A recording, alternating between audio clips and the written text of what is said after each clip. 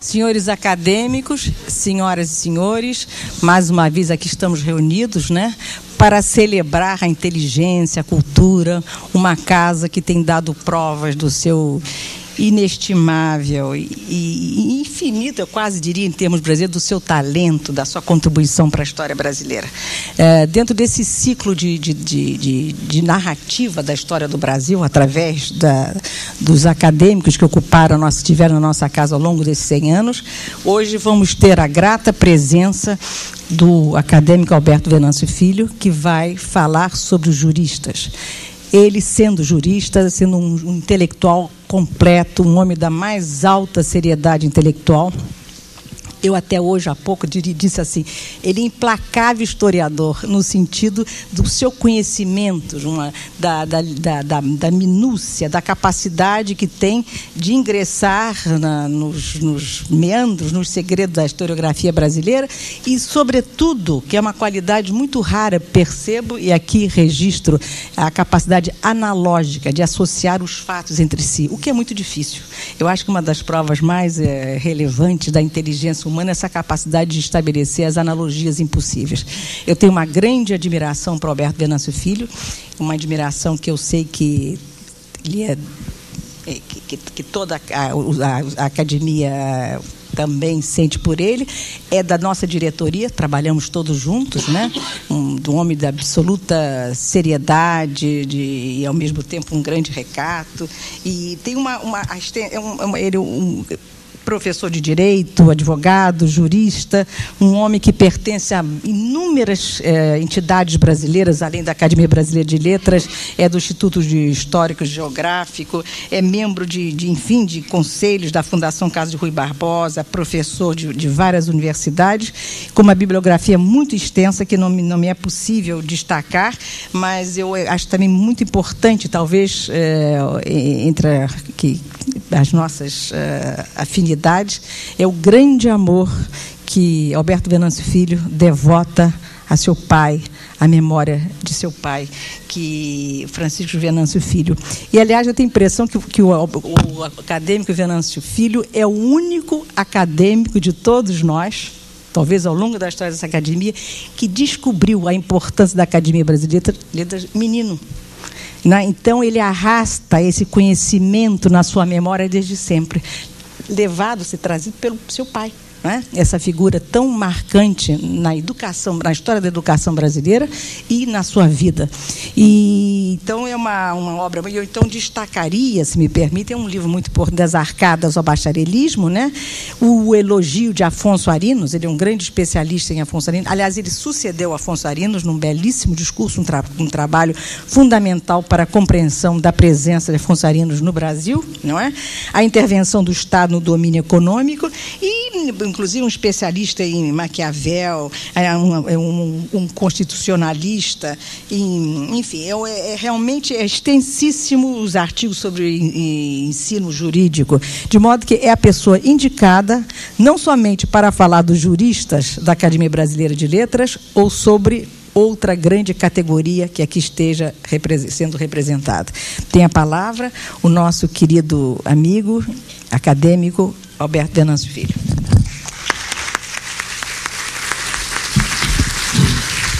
Senhora Presidente da Academia Brasileira de Letras, acadêmica Adélia Pinhon, senhor secretário-geral Naldo Nisquier, senhores ministros Evandro Lins Silva e Célio Borges, que nos honram com a sua presença, senhores desembargadores, juízes, procuradores, advogados, senhores embaixadores, senhores acadêmicos, minhas senhoras, meus senhores.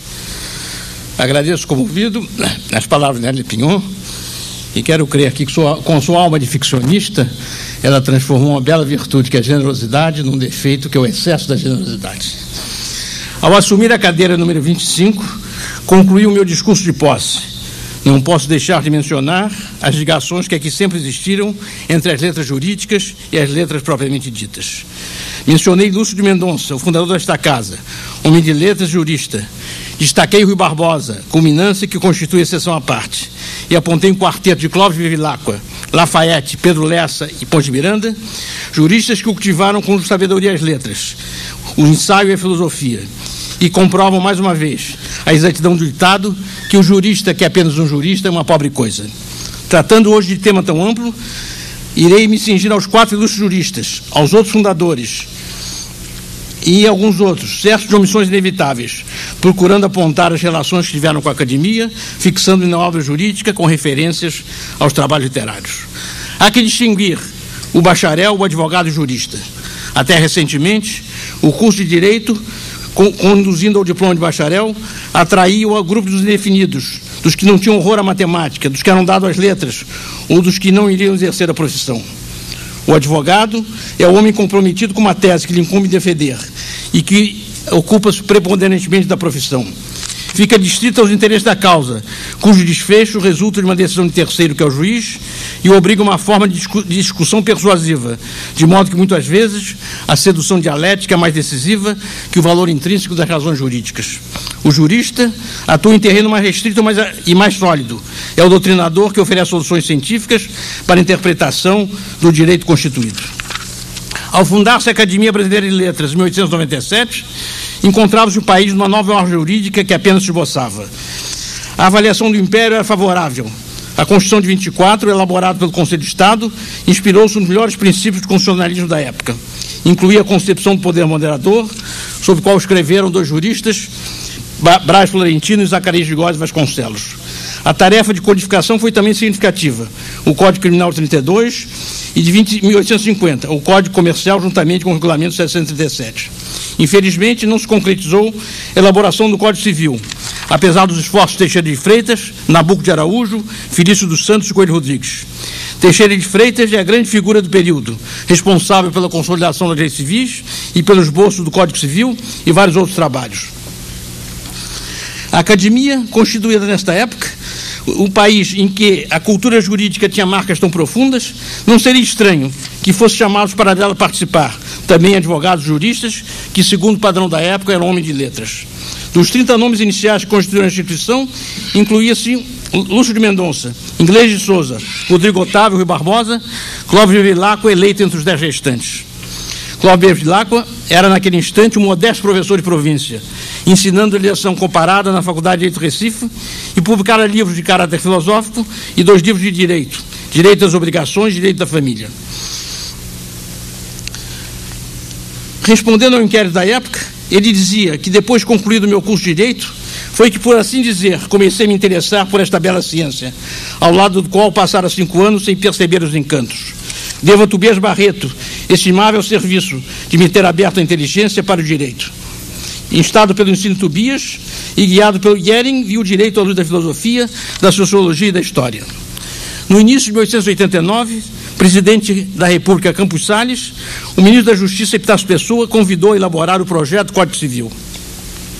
Críticas surgiram a essa indicação, inclusive dos acadêmicos Rui Barbosa e Inglês de Souza. Rui Barbosa chegou ao Rio, Clóvis Bevilacqua chegou ao Rio em março de 99 e 6 meses depois realizava a tarefa que outros tinham dedicado anos. Em 1906 foi nomeado consultor jurídico do Ministério das Relações Exteriores. Nessa função, que o Rio Branco sempre procurava atrair as intelectualidades mais famosas da época, deu numerosos pareceres sobre mar territorial, direito de asilo e torpedeamento de vapor brasileiro. Em 1916, vigente o Código Civil, inicia a publicação da obra que mais influenciaria a prática forense, o Código Civil Comentado. Os comentários de Clóvis alcançaram no Foro Brasileiro a autoridade da glosa, servindo-se para remover obscuridades e dúvidas e contribuindo para a aplicação pronta do novo instrumento normativo. Falando de sua obra, diria Clóvis Bevilacqua, julgo-as todas imperfeitas, não simplesmente em relação ao que deviam ser, mas até em relação ao que era lícito esperar que fossem. Direi que o direito de família e criminologia e direito me satisfazem um tanto mais do que as minhas outras produções. Se me pedissem um trecho para a coletânea, eu escolheria, de preferência, os juristas e filósofos. Falo somente das obras jurídicas, porque fiz do direito minha especialidade, e, portanto, são as obras produzidas nesse domínio que devem dar a medida de meu espírito, quaisquer que sejam as minhas predileções literárias ou filosóficas. Em 1930, com a vaga de Alfredo Pujol, apresentou inscrição a senhora Amélia de Freitas Bevilacqua, esposa de Clóvis. Na sessão de 19 de maio de 1930, o presidente Aloysio de Castro comunicou o pedido e, declarando não se achar autorizado a interpretar o artigo 2º do Estatuto, só podem ser membros da Academia brasileiros, solicitou que a Academia se manifestasse, sendo resolvido por maioria de votos que, na expressão brasileiro do artigo 2º, só se incluíam indivíduos do sexo masculino. No livro Academia Brasileira e Amélia de Freitas Bevilacqua, publicado em 1930, há 2 pareceres de Clóvis Bevilacqua, declarando no primeiro que os acadêmicos reconheceram que a letra interna da Academia Brasileira de Letras não se opõe à entrada de senhoras nessa douta corporação. Realmente, diante do discurso estatutário, ninguém pode pensar de outro modo.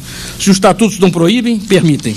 Portanto, chegar à admissão de senhoras no Grêmio Ilustre, que deve refletir as maiores expressões da literatura brasileira, seria contrário à própria lei fundamental da Academia. Em texto sem assinatura desta publicação se diz: na Academia, a Rua Barão de Mesquita, residência de Clóvis, não há o jeton que se distribui na Avenida das Nações, hoje do presidente Wilson, em moeda de papel. Lá existe outro jeton, em ouro, desse que somente circula entre espíritos de eleição e os corações bem formados. Desde então, Clóvis se afastou inteiramente da Academia, ela nunca mais retornando. Somente em 1970 foi alterado o estatuto para o fim de permitir a candidatura de mulheres. Em 1897, Rodrigo Otávio, outro fundador, tinha apenas 31 anos. Iniciou a vida política como juiz e era secretário da Presidência da República quando da criação da Academia. Exerceu a advocacia e foi consultor-geral da República de 1911 a 1929, nomeado ministro do Supremo Tribunal Federal, cargo que se aposentou em 1934. Rodrigo Otávio se especializou em Direito Internacional Privado, do qual foi professor na Faculdade de Ciências Jurídicas do Rio de Janeiro, tendo participado de numerosas conferências internacionais, a Conferência de Versalhes de 1919 e a Primeira Assembleia da Liga das Nações de 1920. Deixou avultada obra de Direito e numerosos textos de literatura e história. Foi o primeiro secretário da Academia. Em seu escritório, na Rua da Quitanda, reuniu-se a Academia em tempos heróicos. Por sua sugestão, o livreiro Francisco Alves deixou sua herança para a Academia. Herculano Inglês de Souza foi outro jurista entre os fundadores. Autor do projeto de estatutos, vigente até hoje, foi o primeiro tesoureiro e só deixou o cargo em 1917, dirigindo carta a Machado de Assis. Estou citando: deu-me algum trabalho e, sobretudo, muita despesa, porque os acadêmicos eram literatos em geral, salvo honrosas exceções, e não gostam de pagar. Eu tinha que fazer face a uma despesa anual de cerca de R$1 conto com as mensalidades recebidas de 10 a 12 sócios, de R$5.000 cada um, e muitos eram irregulares no pagamento. Formado pela Faculdade de São Paulo, exerceu advocacia na cidade de Santos, em São Paulo, onde participou do encilhamento criando várias empresas e veio, afinal, se radicar no Rio de Janeiro, durante um trabalho penoso de 3 anos. Diz seu filho que os 3 primeiros anos foram de luta, de dificuldades sem conta, de limitada paciência. Mas venceu. A sua reputação de grande advogado se irradiou por todo o país. Vieram ter em seu escritório muitas das principais questões que debateram os tribunais brasileiros nesses últimos anos. A destacar como jurista o livro Títulos ao Portador, publicado em 1898, que apresenta uma síntese histórica e um estudo completo sobre a matéria. Em 1911, o governo federal incumbiu de organizar o projeto do Código Comercial, reformando o Estatuto Código de 1850. E não só elaborou o projeto, como também emendas destinadas a transformar o Código Comercial num Código de Direito Privado. Foi presidente do Instituto dos Advogados Brasileiros, professor e diretor da Faculdade de Ciências Jurídicas Sociais e presidiu o primeiro Congresso Brasileiro Nacional, de 1900, promovido pelos Institutos dos Advogados. Os seus pareceres revelam um jurista atualizado e competente, sobretudo das novas práticas econômicas da época. Com o falecimento de Machado de Assis, em 1908, a Academia se volta para uma grande figura da intelectualidade brasileira.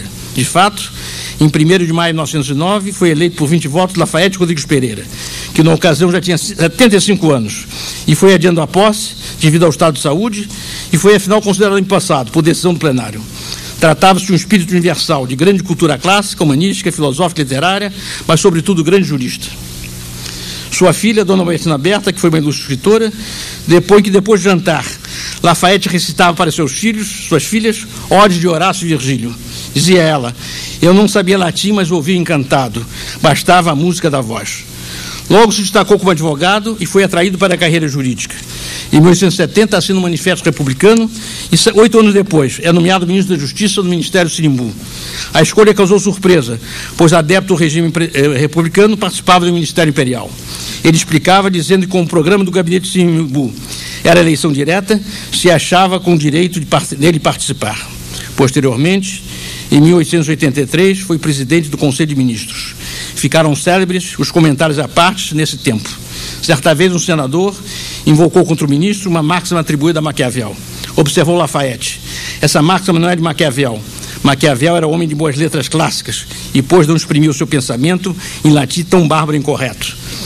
Quando Martinho Campos lhe perguntou de que servira para subir tão depressa nos conselhos da coroa, ele respondeu: subi montado em 2 livrinhos de direito. De fato, Direitos de Família de 1869 e Direito das Coisas de 1870 são monumentos altos da literatura jurídica brasileira. No meio de uma legislação tumultuária, em que ainda predominavam as ordenações, as várias leis extravagantes, Lafayette sistematizou os princípios e se expressou em português castiço elegante. Dizia ele: entre nós brasileiros não há muito gosto para o estudo do direito civil. A política atrai os grandes talentos. A glória modesta dos civilistas se ofusca diante dos fulgores da glória do orador parlamentar e do jornalista. Só uma vocação enérgica e decisiva pode afastar a inteligência das lutas brilhantes e estrondosas da guerra política, para concentrá-los nos estudos solitários do direito civil, estudos tão difíceis e trabalhosos, mas tão pouco estimados. Do direito civil, diria Gilberto Amado, falando do seu tempo estudante: graças a Lafayette, o Brasil se engrandeceu aos meus olhos. Tendo que me preparar para o exame de direito civil, adquiri o direito das coisas. Nesse volume, a que tantas vezes voltei, vi pela primeira vez um livro nacional dispensar o estudante de procurar livro estrangeiro. O direito das coisas talvez seja uma das maiores perfeitas obras do ponto de vista literário do nosso idioma no Brasil. O efeito deste livro, um encontro com o espírito nítido, marcou data na minha vida, na minha formação. Este monumento de linhas gregas, que era o Tratado de Lafayette. O direito começou a atrair-me. Só então vi que poderia ser um jurista. Em 1891 foram criadas no Rio 2 faculdades livres de direito, e ambas convidam Lafayette para professor de direito civil. Recusa-se referindo ao célebre jurista Cujasso. Estou citando: Cujasso, que era Cujasso, estudava 14 horas por dia para dar uma aula no dia seguinte. Como poderei eu dar uma aula? Quando da publicação do livro Machado de Assis de Silvio Romero, Lafayette escreve uma série de artigos reunidos no livro Vindícia com pseudônimo Labieno, dizendo que, na verdade, o livro deveria se chamar Tobias Barreto, porque, no fundo, era uma tentativa de exaltar Tobias Barreto e denigrir o autor de Dom Casmurro. Ao tomar conhecimento da autoria dos artigos, Machado escreveu-lhe a carta: senhor conselheiro Lafayette Rodrigues Pereira, soube ontem, não direi por quem, que era Vossa Excelência o autor dos artigos, assinados Labieno e publicados no Jornal do Comércio, em refutação ao livro que o senhor doutor Silvio Romero pôs por título meu nome. A espontaneidade da defesa, o calor e a simpatia dão maior realce à benevolência do juízo que Vossa Excelência lhe faz a meu respeito. Quanto à honra deste, é muito, no fim da vida, acharem tão elevada palavra como a de Vossa Excelência, um amparo valioso e sólido pela cultura literária e pela autoridade intelectual e pessoal. Quando comecei a vida, Vossa Excelência vinha da carreira acadêmica.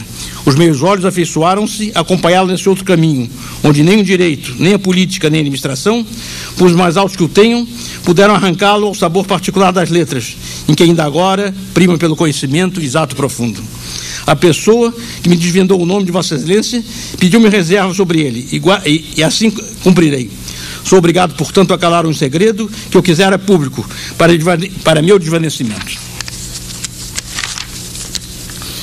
É por isso que, com todos os atributos, se justifica plenamente a frase de Milton Campos: se entre os homens públicos de Minas procurarmos alguém que melhor simbolize as virtudes intelectuais de nossa gente e mais possa encher de orgulho a nossa terra, nenhum encontraremos que exceda o conselheiro Lafayette Rodrigues Pereira. Entre tantos grandes exemplos ilustres que figuram no Segundo Império, Lafayette será sempre, por sua vida e por sua obra. Na sucessão de Lúcio de Mendonça, fundadores da casa, foi eleito em 1910 Pedro Lessa. Nascido no Cerro, Minas Gerais, em 1859, na mesma cidade onde também é um grande ilustre jurista, que foi Edmundo Lins, pai do nosso confrade Ivan Lins, formado na Faculdade de São Paulo, inscreveu-se no concurso da faculdade e foi nomeado substituto e logo em seguida catedrático. Por ocasião da formatura, desejou se casar com uma filha de família importante de São Paulo, mas essa só aceitava o casamento com um doutor, e por isso, logo após a formatura, doutorou-se em Direito. De 1891 a 1907, exerceu magistério e advocacia, uma das bancas mais movimentadas de São Paulo. Em 1907, foi nomeado ministro do Supremo Tribunal Federal com a aposentadoria de Lúcio Mendonça, e, portanto, sucedeu Lúcio Mendonça no Supremo Tribunal Federal e nesta academia. Conta-se que Afonso Pena, presidente da República, convidou-o para o cargo e que se escusara alegando que não podia abandonar as suas atividades. Afonso Pena lhe respondeu: eu, convidando, cumpri o meu dever. Espero que Vossa Excelência cumpra o seu. E Pedro Lessa aceitou a incumbência. No Supremo Tribunal Federal, destacou-se como um dos seus membros mais ilustres em todo o tempo, responsável pela extensão do habeas corpus a numerosos outros direitos. E foi por isso cognominado por vários autores como o Marshall brasileiro. Do magistério surgiu em 1911 o livro de Estudos de Direito, de Filosofia do Direito, correspondendo ao programa que ensinaram naquela faculdade. Diria no prefácio: o que imprime e que pode imprimir aos estudos jurídicos um cunho científico é a filosofia do direito. Sem ela, a tarefa dos juristas se reduz ao esforço interior por interpretar e aplicar preceitos de cujo verdadeiro e profundo sentido não lhe é dado concentrar-se. As letras históricas também atraíram Pedro Lessa, que tem um estudo sobre direito no século XX, perfil de historiadores como José Francisco de Boivarnhaga, e o principal trabalho, que é o livro É a História uma Ciência, publicado como introdução à história da civilização da Inglaterra de Buckle. A sua obra principal é O Poder Judiciário, na qual dizia que, para ser útil, quanto me foi possível, esforcei-me por penetrar o sentido dos textos constitucionais, com auxílio dos princípios da doutrina e dos ensinamentos da jurisprudência. No livro Reforma Constitucional, que examina vários aspectos dessa matéria, ele tem expressões que até hoje são de extrema atualidade. As reformas constitucionais são os recursos prediletos das nações fracas, incapazes, por sua falta de educação e de energia, de um bom governo prático, e das nações decadentes e enervadas, que umas e outras apelam frequentemente mais debalde para tão desacreditada panaceia. E mais adiante: não há forma de governo que tenha eficácia de amparar uma nação e preservá-la dos males oriundos da incapacidade e da imoralidade dos homens que a governam, na ausência de patriotismo e dos mais elementares predicados para o exercício dos cargos públicos. Não há sistema nem regime político que funcione bem por si, automaticamente, servido por maus funcionários. E concluía: minha tese foi e continua a ser esta: para curar os males econômicos e financeiros de uma nação, especialmente para regenerar, para restaurar moralmente uma sociedade política, as reformas constitucionais são remédios inertes, negativos, sem nenhuma eficácia. João Luiz Alves falou de sua qualidade de professor. Jamais me esquecerei da encantadora surpresa que foi para nós uma lição de estreia, terminada por espontânea ovação. Nos deu logo a impressão de uma rajada sadia de ar fresco, a varrer as vetustas e sombrias salas do antigo convento, amigo da imobilidade e do silêncio. Tinha então Pedro Lessa 28 anos e desde logo foi consagrado como mestre e jurisconsulto. Há que fazer uma referência ao Rui Barbosa, certamente o maior dos advogados brasileiros, mas a dúvida persiste se poderíamos incluir entre os juristas, pois toda a sua atividade se concentra nos arrazoados forenses no exercício profissional de mais de 50 anos. O exame desses trabalhos leva à conclusão que no exercício da profissão, Rui Barbosa se alçou a expressão de verdadeiro jurista. A afirmação de Pinheiro Machado, de que defendia o pró e contra das questões, protestou: eu não sou da raça dos sofistas gregos, sou da raça dos constitucionalistas americanos e dos juristas ingleses, sou um homem de consciência. Dos seus trabalhos sobre habeas corpus e sobre a defesa do direito constitucional, pôde Homero Pires reunir em 6 volumes sobre o título Comentários à Constituição Brasileira. Alguns de seus arrazoados: o direito Amazonas ao Acre Setentrional, posse dos direitos pessoais, cessão de clientela, anistia inversa e muitos outros, atestam a sua presença como jurista. Com a morte de Machado de Assis, Rui Barbosa é eleito presidente em outubro de 1908. Rui declina, mas Rio Branco, a instância de Mário de Alencar e de Rodrigo Otávio, insiste com o genro Batista Pereira pela aceitação e manda o seguinte telegrama: rogo-lhe, pois, o favor de viver, em representação minha, se consegue que o nosso conselheiro e amigo nos faça o favor de modificar a resolução anunciada. Rui telegrafa: não há remédio se não render-me, estou à disposição da academia. Rui exerceu a presidência até 30 de outubro de 1919, mas dela se afastou por ocasião da eleição de Dom Silvério Gomes Pimenta. Rui voltou por telegrama no concorrente Pinto da Rocha, mas a votação era secreta e o voto não foi computado, daí surgindo o afastamento. Outro ponto culminante é a figura de Ponte Miranda, poeta, matemático, sociólogo, físico, professor, filósofo, magistrado, internacionalista, historiador. No discurso de posse, em 1979, ele disse que nunca se candidatara a nenhuma cargo ou função no Brasil ou no estrangeiro. Para frisar, só me candidatei em toda a vida a esta academia. Nela fui preterido uma vez há mais de meio século, quando era jovem, e recentemente, sendo estimulado por alguns amigos, voltei a concorrer e pela segunda vez perdi. Quando atingi os 87 anos, candidatei-me novamente pela terceira vez e fui eleito. Ponte Miranda, na verdade, se candidatara em 1926, com apenas 34 anos, na vaga de Domício da Gama, sendo vencedor Fernando de Magalhães. Posteriormente, na idade provecta, inscreveu-se na vaga de Cândido Mota Filho, vencendo Raquel de Queiroz, o que se compreende, pois pela primeira vez uma mulher era eleita para a academia. Tempos depois, candidato à vaga de Hermes Lima, foi eleito por quase unanimidade. A primeira obra jurídica de Ponte Miranda, em 1911, A Margem do Direito, Estudos de Psicologia Jurídica. Ponte Miranda enviou os originais à editora Francisco Alves e ficara preocupado com a demora da resposta. Mas esta logo chega. Mostrei o seu livro a Rui Barbosa, Lafayette, Carvalho e Mendonça. Eles disseram que eu devia publicar. No livro de Filosofia Científica de 1913, direi a Rui Barbosa que era um valioso livro. Com a entrada em vigor do Código Civil, escreveu o Direito de Família, e na coleção Manual do Código Civil Brasileiro, de Paulo de Lacerda, títulos ao portador, promessa de recompensa e das obrigações por ato ilícito. Em 22, uma das suas obras principais, Sistema Positivo do Direito.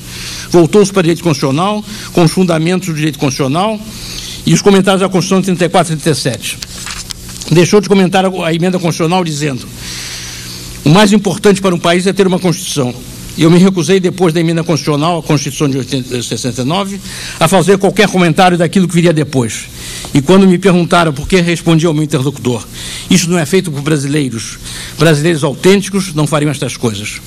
O processo civil foi a seara em que também elaborou, editando os comentários ao Código de Processo de 39 e 53. Este está sendo atualizado pelo advogado e professor Sérgio Bermudes. A sua obra magna, evidentemente, é o Tratado do Direito Privado, em 60 volumes, que não encontra parelho em qualquer literatura estrangeira. Barbosa Lima, sobrinho, diria por ocasião de sua morte: aqui na academia tivemos muitas vezes a oportunidade de verificar que nunca houve um companheiro tão amável e que tivesse tanto prazer de se considerar acadêmico. Dentre os patronos, a menção deve ser a Tobias Barreto, que não foi escolhido por jurista, mas por Graça Aranha, romancista e diplomata, que no seu livro Meu Próprio Romance mostrou a grande afeição e devoção a Tobias Barreto. Este foi um grande renovador dos estudos jurídicos no século XIX e é considerado o chefe da Escola do Recife, da qual foram seguidores nesta casa Clóvis Bevilacqua, Martins Júnior, autor de uma História do Direito Nacional, Arthur Orlando, com vasta obra no campo do direito, da sociologia e da crítica, e que pela primeira vez empregou no Brasil a expressão de direito econômico, e Souza Bandeira, dedicado aos estudos de direito administrativo e o autor de um belo ensaio sobre os advogados na vida real e na literatura. O ano de 1944, data do falecimento de Clóvis Bevilacqua, pode ser considerado marco divisor entre a concepção doutrinária dos juristas fundadores e uma nova geração, já vincada pelas transformações da Primeira Guerra Mundial e das expectativas da Segunda Pós-Guerra, e cujas repercussões se fizeram sentir entre nós a partir da Revolução de 30. São juristas nascidos no final do século XIX, com exceção de Afonso Ari no início deste, arautos de ordenamento jurídico que viesse a satisfazer essas profundas mudanças.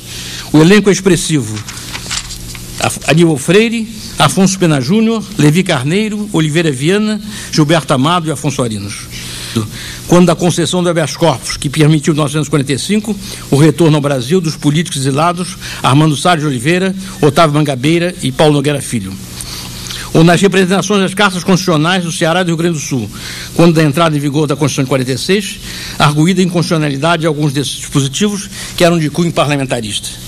De um de seus votos, diria o seu colega ministro Orizio Nonato: memorável voto exemplar, inexcedível de clareza, elegância e concisão.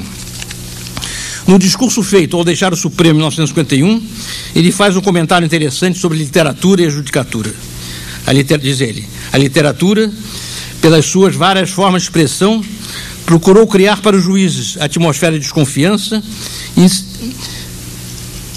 incitando na opinião a descrença no seu julgamento. O romance e o teatro apoderaram-se desse tema, estereotipando os juízes como elementos de opressão, incapacidade e subserviência. De Dostoiévski a Anatole France, de Tolstói a Sinclair Lewis, a gama das apreciações se altera entre o desdém e a invectiva. Atente-se, pois, do esforço sobre-humano que tem que fazer o juiz para resistir a esta onda de descrédito e de alívio. A sua obra jurídica mais importante é o livro Poder Executivo na República Brasileira, editado em 1916, que Gilberto Amado chamou de clássico das letras jurídicas, e Vitor Nuno Leal a ele fez referência como notável estudo. O livro examina o papel do Poder Executivo, discutindo em todos os seus aspectos, as relações com o Congresso, com o Judiciário e com os Estados. E em um momento perde a visão da realidade e verbera a fantasia arbitrária dos ideólogos. A atualização desse trabalho, singular na bibliografia jurídica, revelou-se recentemente, quando o ministro Evandro Lins e Silva, advogado de acusação no impeachment do presidente Fernando Collor, foi socorrer de suas partes para reforçar os seus argumentos. O nosso confrade Josué Montello destacou seu papel nesta casa. Aos seus 86 anos de idade, era ele um dos companheiros invariavelmente consultados para todos os problemas complexos na instituição que pertencia. A enfermidade que o reteve em casa nos últimos anos respeitou-lhe a perfeita lucidez, o que lhe permitiu estar sempre presente em nossas discussões, embora fisicamente ausente. Uma menção deve ser feita ao nome de Afonso Pena Júnior, que não deixou obra sistemática, mas cujos pareceres, como consultor jurídico do Banco do Brasil e da Superintendência da Moeda e do Crédito, têm marcas de um profundo saber jurídico. Humanista, com sólida formação clássica, não haverá na literatura brasileira nenhuma demonstração mais efetiva de reconstrução da prova do que a atribuição da autoria da arte de furtar. Assumindo a consultoria em 1932, exerceu a função numa fase de profundas transformações da ordem jurídica e soube, com inteligência, aplicar o novo direito aos princípios antigos. Comentando esses pareceres, diria Odilon Braga, o intérprete deveria assumir em vulgares requisitos de cultura geral, de cultura jurídica, sobretudo filosófica, bem como aquela fina cultura do espírito a que os franceses chamam chazés. Ora, tal foi a missão magistralmente desempenhada por Afonso Pena Júnior como consultor jurídico do Banco do Brasil. Levi Carneiro, basicamente advogado, deixou obra importante no direito público e se notabilizou por ter sido, com força indomável, o organizador da Ordem dos Advogados do Brasil em 1931. O livro dos Advogados, de 1943, reúne trabalhos avulsos e transcreve discursos pronunciados em 1922, considerando, abre aspas, advogado, simples advogado, sempre te dão para mais. Eu me consolo de sentir-me destituído de aspirações maiores, amando a minha profissão na sua beleza, na sua força, na sua humildade, nas suas aflições, no que comporta de abnegação, de lealdade, de desinteresse, no que exige de desassombro, de probidade e vibratilidade, no que proporciona de independência, no que ensina de tolerância. A sua contribuição ao direito público inicia-se com uma tese de 1914 sobre federalismo, os livros do Judiciário Federal, Federalismo e Judiciarismo, Problemas Municipais, Direito Internacional e já na idade provecta, em 1965, uma experiência de parlamentarismo. Foi deputado classista Constituição de 33, representando os advogados, e ocupou o cargo de vice-presidente da comissão. Com Orosimo Nonato Temício Cavalcante, compôs a comissão que elaborou um projeto da Constituição de 1967 e foi juiz da Corte Internacional de Haia, completando o mandato de Filadélfio de Azevedo de 51 a 55. Oliveira Viana nasceu em 1883 e publicava em 1920 o primeiro livro, Populações Meridionais do Brasil, estudo pioneiro de sociologia. Uma crítica vaga, vesga e obtusa, tem procurado merecer a importância de toda a sua obra, desvinculando-a da sua época e do seu tempo, mas foi realmente sangue novo nos estudos sobre a sociologia do direito. Em 1922, o primeiro estudo que se aproxima do campo do direito, o idealismo na evolução política do Império e da República, publicado como livro em 1927, o idealismo da Constituição. Nesse livro, examina o caráter teórico e abstrato das constituições brasileiras, desvinculadas da realidade nacional, motivo do fracasso e das opções constantes por outras constituições. Com a Revolução de 30, organizado o Ministério do Trabalho, é chamado para as funções de consultor jurídico, quando realiza trabalho de elaboração de quase toda a legislação trabalhista da época. Os livros Problemas de Direito Corporativo de 1938, As Novas Diretrizes da Política Social de 39, Problema de Direito Sindical de 1943, são muitos os trabalhos que se unem aos estudos feitos naquela época. O projeto de organização da Justiça do Trabalho, elaborado pela comissão da qual era a figura principal, foi enviado à Câmara dos Deputados em 1935. Encaminhado à Comissão de Constituição e Justiça, recebeu ferrenha crítica do deputado Valdenar Ferreira, professor catedrático de Direito Comercial da Faculdade de Direito de São Paulo, que apontava incorreções, inclusive arguindo a incompatibilidade da competência normativa da Justiça do Trabalho com a Constituição de 34. Oliveira Viana veio a público para defender o projeto e escreveu uma série de artigos reunidos no livro Problemas de Direito Corporativo, em que declarava que o debate se resumia numa questão técnica e interpretativa da Constituição, com expressão de conflito entre duas concepções de direito: a velha concepção individualista de que nos veio do direito romano, do direito filipino, do direito francês através dos corpus juris, das ordenações e do Código Civil, e a nova concepção nascida da constante socialização da vida jurídica. Outro jurista que entregou os quadros da academia foi Gilberto Amado, representando a vertente do internacionalista. Nasceu em Sergipe, estudou na Faculdade de Recife e logo se transferiu para o Rio, exercendo jornalismo, destacando como ensaísta. O prestígio alcançado na capital federal ainda moço levou-o a se candidatar à Academia Brasileira em 1914, sendo vencedor Antônio Austrageso. Quase 50 anos depois, em 63, é eleito praticamente por unanimidade. Ao tomar posse, diria em relação à eleição anterior: teria sido um bem ou um mal um favor tão prematuro. Como me teriam movido sobrecarregado de títulos e dignidade, tamanho antes da hora, ao amanhecer da existência? Conquanto a glorificação acadêmica não imponha maiores deveres e obrigações ao seu fruidor, é evidente que sobre o acadêmico se reflete uma luz condicionada pela altura mesma, pela categoria e ordem social que o público situa. Em 1934, é nomeado consultor jurídico no Ministério das Relações Exteriores, por aposentadoria de Clóvis Bevilacqua, onde inicia sua carreira de jurisconsulto. E após a guerra, é indicado representante do Brasil à Comissão de Direito Internacional da Organização das Nações Unidas, lugar que exerce até falecer em 1967. De sua passagem pela comissão, diria ao senhor Moroso Lima no discurso de recepção: começou então o vosso trabalho silencioso por esse ideal de interpretação internacional, de paz universal, que é vez delineado nos escritos proféticos de vossa juventude. Segundo o depoimento do seu auxiliar, o embaixador José Sete Câmara, ao iniciar os trabalhos da comissão, vários membros descuidavam das opiniões dos Estados e pensavam estar construindo um edifício de direito internacional codificado de acordo com o melhor modelo científico. Gilberto Amado foi profeta inconformista com sua tendência acadêmica e compreendeu que a comissão era órgão subsidiário das Nações Unidas, criado para prover pensamento científico de maneira a servir aos interesses dos Estados. Teve tirada famosa, dizendo: os Estados não são trouxas de esquecerem seus interesses em benefício das doutrinas e das soluções acadêmicas. A sua contribuição foi extensa em numerosos projetos e iniciativas da comissão. Nada ilustra melhor o prestígio que alcançou que a homenagem que lhe é prestada anualmente durante as sessões da Comissão em Genebra, na série de Gilberto Amado Memorial Lectures. É motivo de orgulho que, entre tantos luminares do direito internacional, seja a memória de Gilberto Amado, a única cultuada pela Comissão de Direito Internacional da ONU. No ramo do direito público, se destaca Afonso Arinos de Melo Franco. Formado em Direito em 1917, foi nomeado promotor público em Belo Horizonte. E dessa experiência resultou uma tese de concurso, responsabilidade penal das pessoas jurídicas. Em 1945, com a redemocratização, Afonso Arinos ingressa na vida política. É empossado deputado em 47. O exercício do mandato parlamentar o aproxima do direito constitucional e realiza 2 concursos de cátedras vitoriosos. O primeiro na Faculdade de Direito do Rio de Janeiro, tratando das leis complementares à Constituição, tendo na banca 2 seus futuros colegas desta casa, Aníbal Freire e Ponte Miranda. E na Faculdade Nacional de Direito, com a tese História e Teoria do Partido Político no Direito Constitucional Brasileiro, tese onde se aliavam os conhecimentos jurídicos aos conhecimentos históricos. A partir daí, sucedem-se os trabalhos na área: o curso de Direito Constitucional em 2 volumes, o primeiro, a Teoria Geral, o segundo, a Formação Constitucional do Brasil, o verbete para a Enciclopédia Mirador, publicado sob o título de Direito Constitucional, e o volume Estudos do Direito Constitucional, de 57, reunindo vários trabalhos anteriores. A atuação mais significativa foi, porém, em prol da adoção do regime parlamentarista.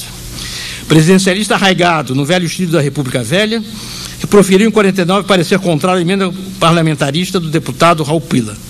As mazelas do regime presidencial, a partir de 46, as crises provocadas pelas sucessões presidenciais levaram a aderir ao regime parlamentarista e que se tornou o principal propugnador após a morte de Raul Pila. O momento alto dessa jornada foi a presidência da Comissão Provisória de Estudos Constitucionais, justamente denominada Comissão Afonso Arinos, na qual tive a honra de participar por sua indicação, da companhia dos nossos ilustres confrades Barbosa Lima Sobrinho, Miguel Reale, Evaristo Moraes Filho, Eduardo Portela, Cândido Mendes e Fernando Baixo Dávila, e com a inclusão no projeto do regime parlamentarista. Disse certa vez nesta casa João Neves da Fontoura que há entre a Academia e o Supremo uma certa e antiga contiguidade. Quando os juízes não entraram para a Academia, foram os acadêmicos que entraram para o Tribunal. Ao Supremo Tribunal ascenderam 9 membros desta casa. Além dos já citados Lúcio Mendonça, Pedro Lessa, Rodrigo Otávio e Aníbal Freire, há entre os vivos, entre os mortos, João Luiz Alves, parlamentar e político, autor de um comentário ao Código Civil, Ataúfo de Paiva, que fez carreira como magistrado, Cândido Mota Filho, crítico literário, professor de Direito e ministro de Educação, e Hermes Lima, ensaísta, parlamentar e professor de Introdução à Ciência do Direito, de que tive a honra de ser aluno, e cujo livro é um exemplar excelente manual didático. Muitos outros poderiam ter tido acesso ao Supremo, mas recusaram. Inglês de Souza, por motivos parlamentares. Cláudio Bevilacqua, dado modesto temperamento. Oliveira Viana declarou: estou muito velho para estudar direito civil. E Gilberto Amado disse ao presidente Getúlio Vargas: não pense nisso, presidente, a honra é grande demais, mas não aceito, não poderia aceitá-la, jamais me sentiria bem na função de juiz. E um amigo confidenciou: não aceitei por causa da minha comadre Nazaré. Nazaré, esposa do nosso confrade Odilo Costa Filho. Nazaré é a melhor pessoa do mundo. Eu não posso aceitar um cargo no qual não posso atender a pedido da minha comadre Nazaré e logo por motivo de justiça. A cadeira número 41 ocorreram, entre outros, Alberto Torres, ministro supremo da Federal e autor de importante obra no campo do direito e do pensamento político. Agenor de Ruri, constitucionalista. Francisco Campos, mestre da filosofia e do direito, autor de importante obra de renovação legislativa. Haroldo Valadão, especialista em direito constitucional internacional privado, e Santiago Dantas, consumado civilista e atento às transformações do direito em face da ordem social. Para tratar dos vivos, caso houvesse tempo, pois exigiria uma outra conferência, mencionaria Barbosa Lima Sobrinho, jornalista, historiador, parlamentar, dedicado aos estudos de direito público, com contribuição na área de concessões. Miguel Reale, mestre da filosofia do direito, que transita em todos os ramos, nos quadrantes do direito positivo. Evaristo Moraes Filho, meu mestre na Faculdade Nacional de Direito e é até hoje meu professor, um dos expoentes daquela casa, luminar do direito do trabalho e da sociologia do direito. E Oscar Dias Correia, publicista emérito e que exerceu com brilhantismo as funções de ministro do Supremo Tribunal Federal. Senhora Presidente, minhas senhoras e meus senhores, senhores acadêmicos, este apertado sumário, dando amplitude do tema, confirma que os juristas que pertenceram a esta casa, dos mais ilustres do cenário brasileiro, foram ao mesmo tempo homens de cultura e não se limitaram ao setor restrito da especialidade, mas se destacaram no romance, no ensaio, na crítica, na história, na filosofia, nas ciências sociais. Homens de boas letras, prezavam o vernáculo e se exprimiam em linguagem elegante. Representaram como expoentes do pensamento jurídico também a tradição desta casa da defesa da cultura, da língua e da literatura brasileira.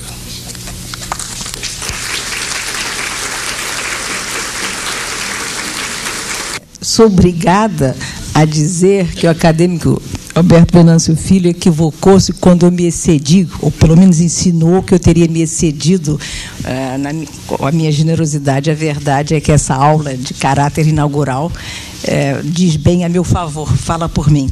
Então, muito obrigada, uma beleza de aula. E vamos agora, já pedir que as pessoas encaminhem suas perguntas. Ilustre acadêmico Alberto Venâncio, seria possível identificar, tomando como referência os juristas, que tipos paralelos de definição do Brasil como nação permearam esta academia? Valéria Torres, antropóloga do Museu Nacional.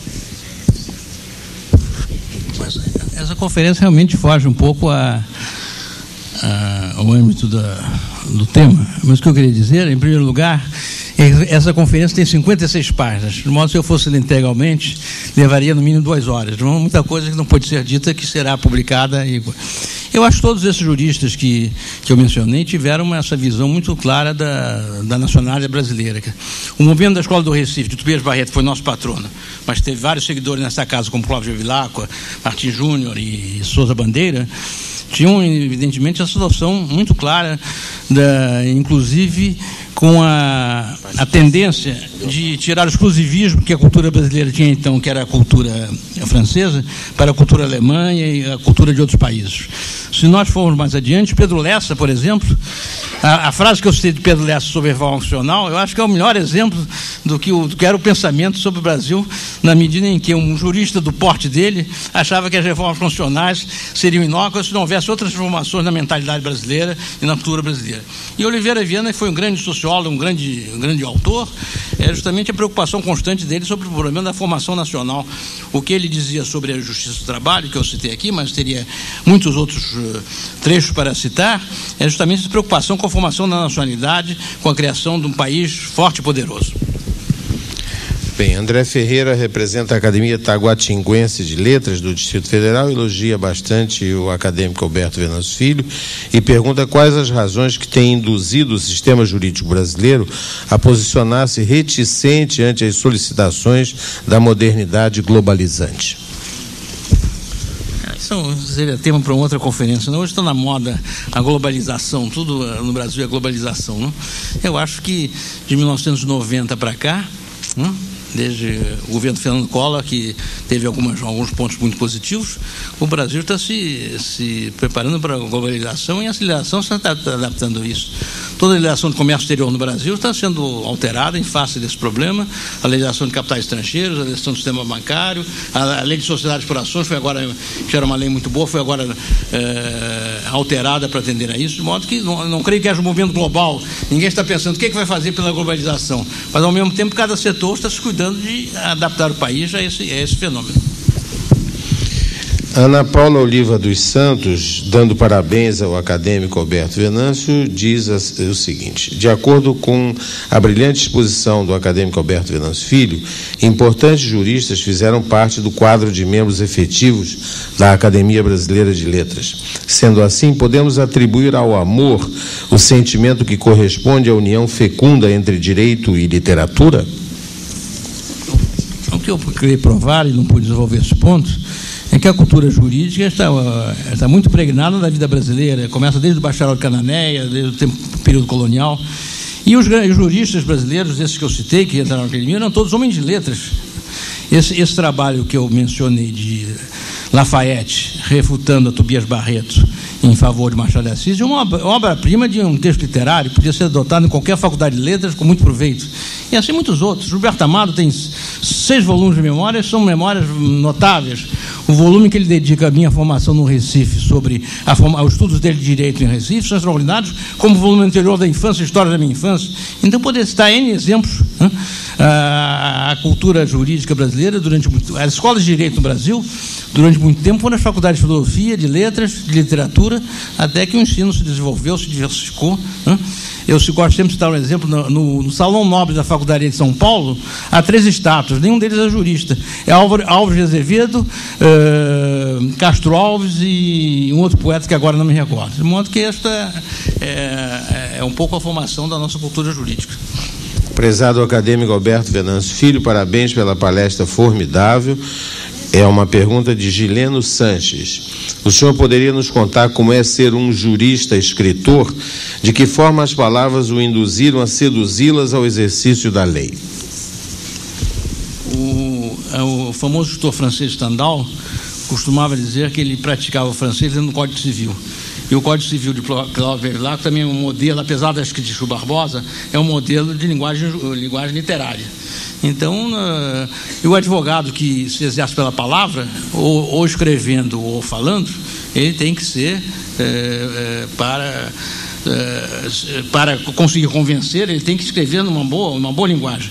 Eu citei aqui um exemplo que é distinguindo entre o bacharel, o jurista e o advogado, que o advogado pode seduzir pela palavra em detrimento das razões jurídicas que ele possa ter. A palavra passa a ser muito mais importante do que o raciocínio. De modo que todo bom jurista, e eu, aliás, quero dizer que eu não me considero um jurista, considero um advogado somente, dedicado aos estudos de história do direito, mas isso é outra coisa.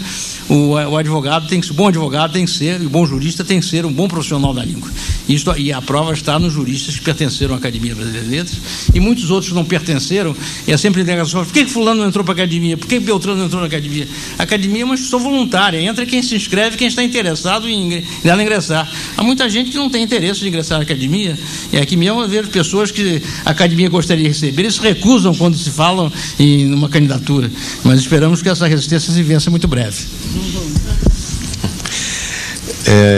Ainda uma pergunta do acadêmico André Ferreira, de Brasília.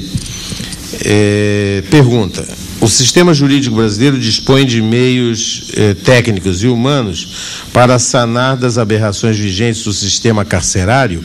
Se dispõe desses meios, por que ainda não o fez? Se for permitido, eu transferi essa pergunta para o ministro Evandro Silva, que é um dos grandes especialistas em penitenciária. Há muito tempo se fala no problema da prisão, do cárcere, da segregação humana. Nos tempos mais longínquos, mais distantes, a prisão era crudelíssima. E durante muito tempo a pena foi assim um castigo, uma vingança privada. Muito bem. Agora, já neste século, ou já no século passado, começou a resistência contra a própria prisão em si, mesmo quando ela não tem a promiscuidade e do sistema atual dos nossos cárceres, em geral, no mundo inteiro, sobretudo no mundo subdesenvolvido. De maneira que, como resolver este problema? Então, parte-se para isso, para acabar com a prisão como método penal. Um jurista de gênio, von Ihring, disse isso: a história da pena é a história da sua constante abolição.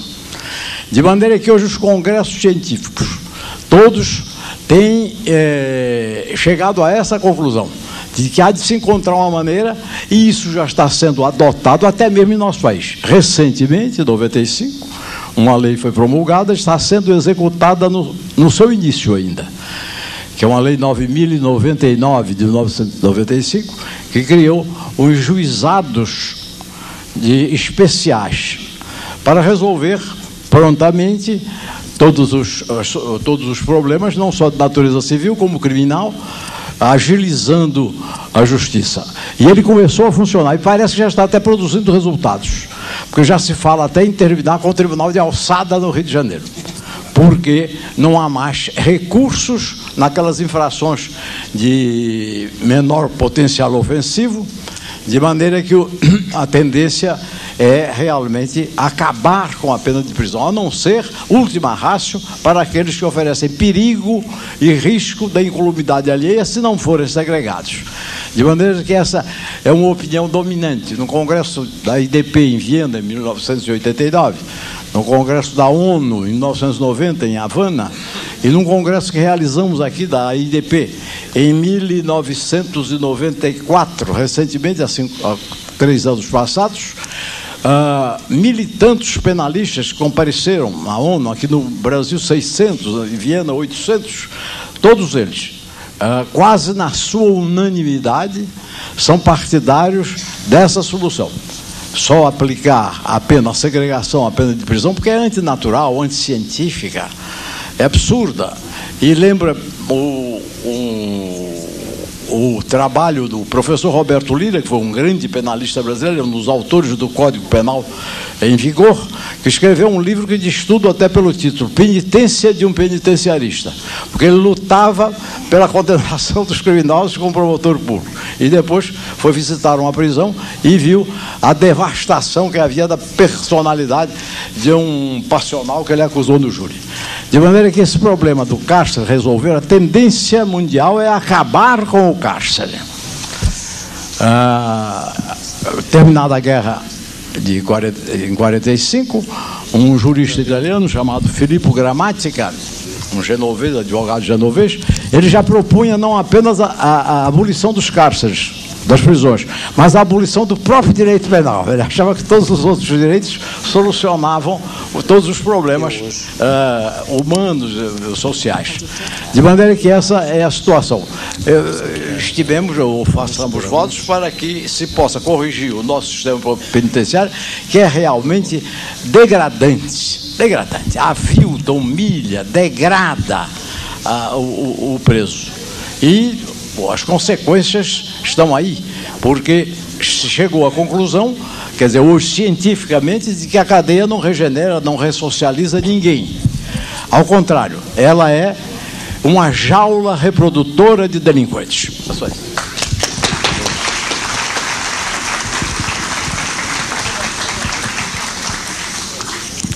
Ilustre acadêmico Alberto Venâncio Filho, o senhor não acha que atualmente faltam às faculdades de Direito perspectivas e linhas de formação mais voltadas para o humanismo e a cultura das letras em geral, assim como se fazia antigamente? Não corremos o risco de uma relativa esterilização do direito, ou pelo menos dos bacharéis mais jovens? Aí eu daria outra conferência sobre o ensino jurídico. Em parte a pergunta tem razão, mas me parece que humanidades devem ser dadas nos cursos de humanidades, no ensino secundário. E que no direito, que eu acho que falta nos cursos de direito, a meu ver, é uma boa introdução propedêutica das matérias que são importantes para o direito. Eu não posso conceber, por exemplo, uma faculdade de direito não se ensina lógica, já que não se ensina lógica no ensino secundário. E que não se ensina sociologia. Parece que isso já está sendo um pouco aplicado. E que não se ensine filosofia do direito, não como se faz nas faculdades no primeiro ano, mas no quinto ano, que é como a cúpula do aprendizado jurídico. Agora, o que eu acho que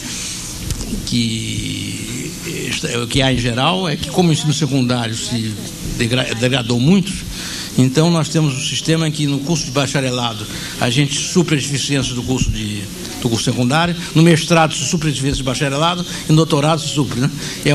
É um sistema a inverso, né?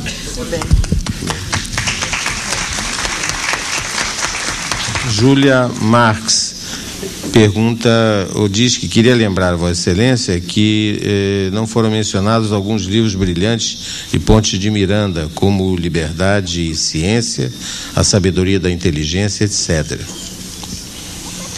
Pontes de Miranda escreveu certamente 50 livros, né? Então, se eu fosse citar 50 livros, eu ocuparei a parte do 100 livros, está dizendo o quê? A filha dele, me desculpe, 100 livros, né? Eu fiz uma conferência sobre Pontes de Miranda aqui na academia, por ocasião do centenário dele, só tratando da parte literária, e realmente a citação dos livros foi. Então eu tive que me cingir aos livros que eu julguei mais importantes. Os livros que foram mencionados são importantes, mas, na minha ver, não são tão importantes quanto os livros que eu citei, sobretudo sobre o aspecto jurídico, que é o que eu tinha que me limitar aqui. Por favor. Vai falar o embaixador Roberto Assunção, encaminhando uma pergunta ao Venâncio. Eu imagino que nas suas páginas recolhidas ou não lidas, o senhor deve ter feito alguma referência a um jurista. O senhor fez referência a outros que não entraram para a academia, que é o professor Edgardo Castro Rebelo. Os pareceres classificam ele como jurista, não há a menor dúvida. Como professor, nem se fala. E o elogio de Pedro Lessa, feito por ele no Instituto Histórico, daria um contorno à imagem de Pedro Lessa, realmente definitivo sobre as qualidades do jurista que o senhor também acentuou. Imagino que o senhor tenha escrito na outra página. Eu não citei os juristas fora da academia. Eu só citei juristas acadêmicos. Haroldo Valadão, senhor... Não, mas eu citei aqueles que se inscreveram na academia, mas não foram eleitos. É a cadeira número 41. O professor Castro Rebelo nunca foi, mas eu tenho aqui referência. Um artigo de Mecenas Dourado, um artigo mestre do direito, sobre o grande jurista e meu grande amigo, professor Edgardo Castro Rebelo. Eu Vossa Excelência que na leitura do trabalho essa omissão estará sanada. Alguma pergunta a mais? Eu tenho a impressão que vamos sair daqui rigorosamente saciados com esse saber jurídico. É uma verdadeira aula, né? Um compêndio, porque o nosso querido Alberto Venâncio é um mestre na matéria e com grande rigor histórico. Tenho os senhores uma semana muito agradável, muito feliz, e até o nosso próximo encontro. Muito obrigada.